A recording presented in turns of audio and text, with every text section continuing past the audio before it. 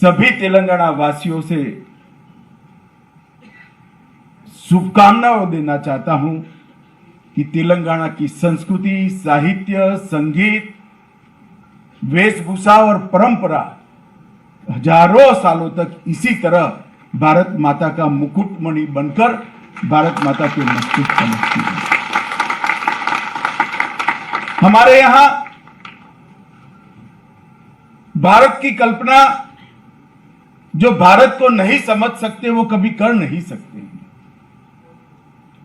हमारे यहां हर राज्य की संस्कृति है, हर राज्य की भाषा है, हर राज्य की वेशभूषा है, हर राज्य का खान पान है।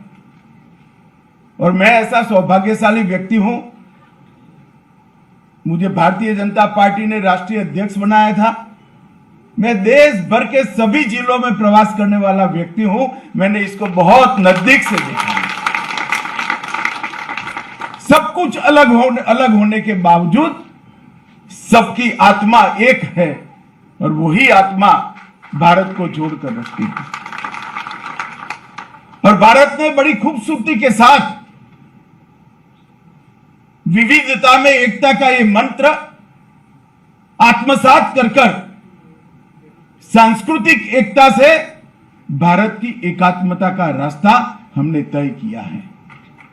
और आज तेलंगाना भी भारत के सबसे युवा राज्य के रूप में दिन दूनी रात चौगुनी प्रगति करे, ऐसी मैं शुभकामनाएं देना चाहता हूं। मित्रों,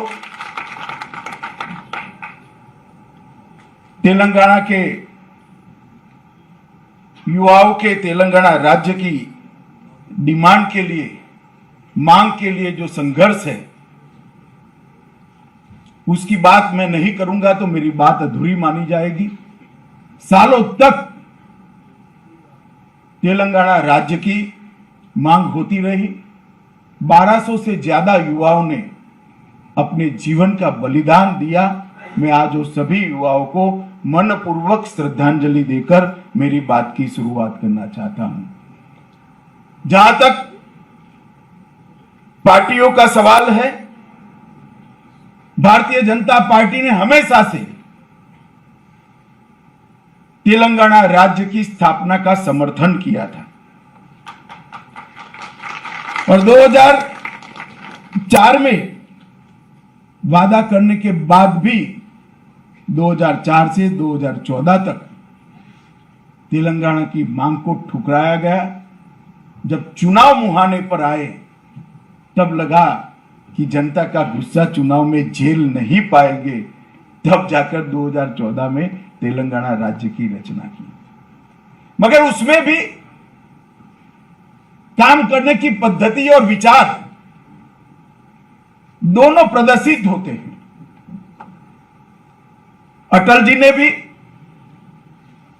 छत्तीसगढ़ बनाया, उत्तराखंड बनाया, झारखंड बनाया। उनके समय में ही उत्तर प्रदेश, मध्य प्रदेश और बिहार का बंटवारा हुआ, 3 राज्य बने। कहीं पर भी कोई झगड़ा नहीं हुआ, ना आज भी कोई विवाद है। इन्होंने बंटवारा इस प्रकार से किया कि मन भी अलग हो गए और राज्य के बीच में कटुता की एक बहुत बड़ी खाई कर दी। मैं आज इस मौके पर सभी को कहना चाहता हूं कि हम इससे बाहर आए और पूरे देश की एकता और अखंडता को तेलंगाना के विकास के माध्यम से भारत का विकास, इस सूत्र को आत्मसात करते हुए एक महान तेलंगाना की रचना करने के लिए हम सब अपने आप को समर्पित करें। तेलंगाना क्षेत्र के अल्लूरी सीताराम राजू, रामजी गौड़, कोमाराम भीम, ये सब लोगों ने तेलंगाना देश और निजाम से छुटकारा पाने के लिए ढेर सारा संघर्ष करा। इसमें स्वामी रामानंद तीर्थ हो, पंडित नरेंद्र हो, सुरावरम प्रताप रेड्डी हो, कवि दशरथी हो, रंगाचार्य गोविंद भाई श्रॉफ हो, या हमारे पूर्व प्रधानमंत्री नरसिम्हा राव हो, ये सबने देश की स्वतंत्रता के लिए और निजाम से तेलंगाना को मुक्ति कराने के लिए ढेर सारा संघर्ष किया। आज मैं उनको भी याद करना चाहता हूं। हम सब, पूरा देश ऋणी है सरदार वल्लभ भाई पटेल का। अगर सरदार पटेल न होते, उनका वो पुलिस एक्शन न होता, तो शायद भारत का नक्शा ऐसा न होता।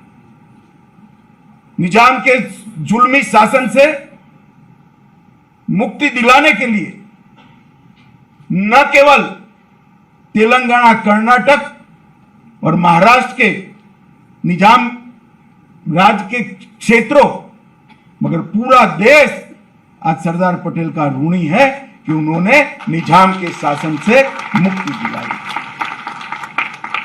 मुझे अफसोस है आज भी तेलंगाना विमोचन दिन, हैदराबाद विमोचन दिन मनाया नहीं जाता है।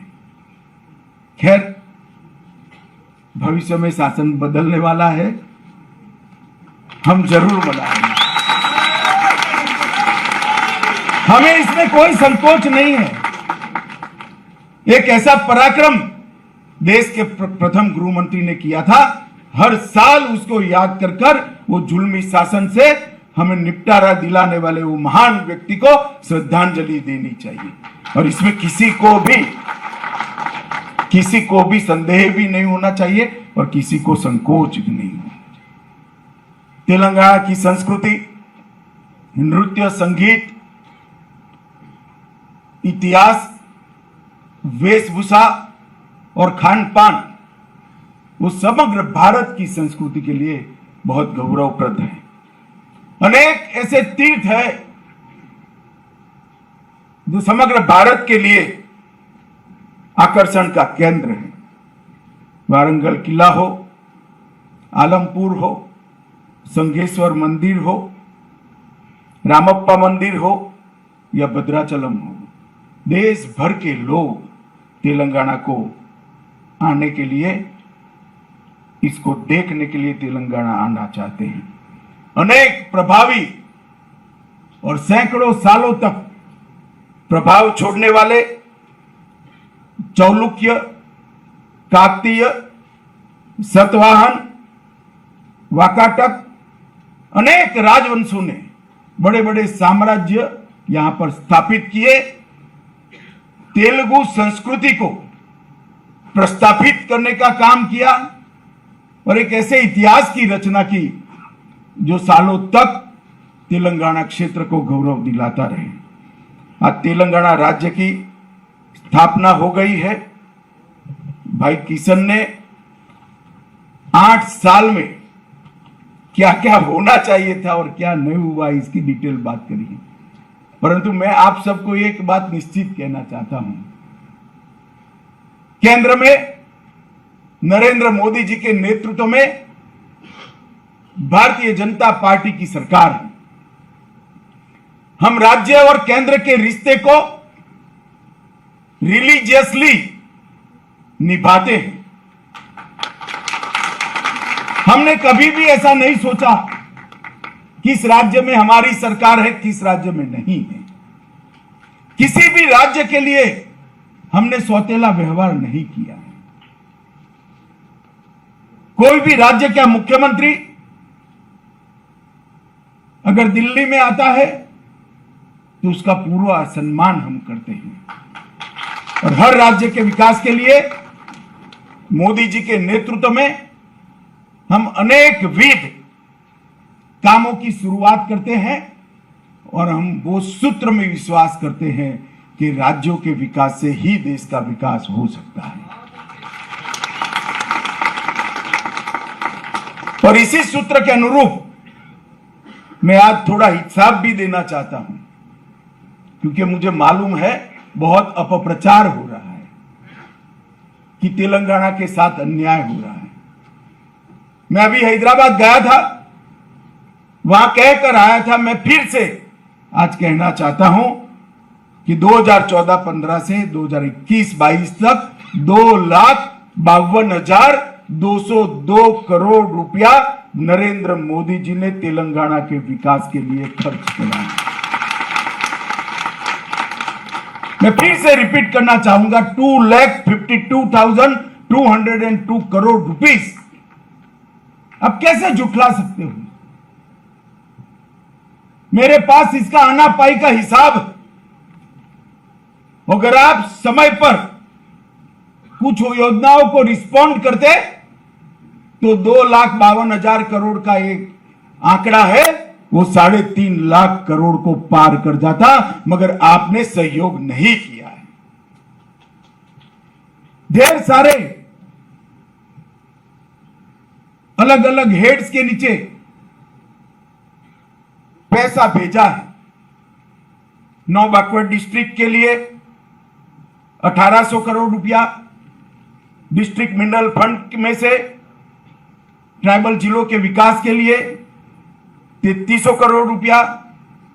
किशन भाई ने कहा रामागुंडम फर्टिलाइजर फैक्ट्री के लिए 6400 करोड़ रुपया, एम्स तेलंगाना के लिए 1200 करोड़ रुपया, ईएसआईसी मेडिकल हॉस्पिटल सनत नगर और 1200 करोड़ रुपया, जल जीवन मिशन के तहत 2500 करोड़ रुपया, पिछड़ा वर्ग ओबीसी और एसटी एससी के कल्याण के लिए 2500 करोड़ रुपया,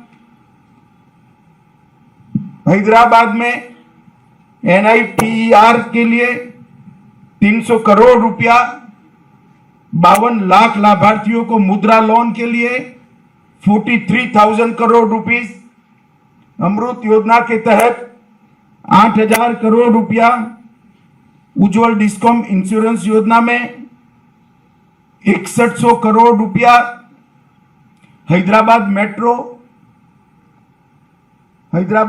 के लिए 661 करोड़ रुपया, रेलवेज के लिए 31,281 करोड़ रुपया, रीजनल रिंग रोड के लिए 8,000 करोड़ रुपया, सर्व शिक्षा अभियान के लिए 1,300 करोड़ रुपया।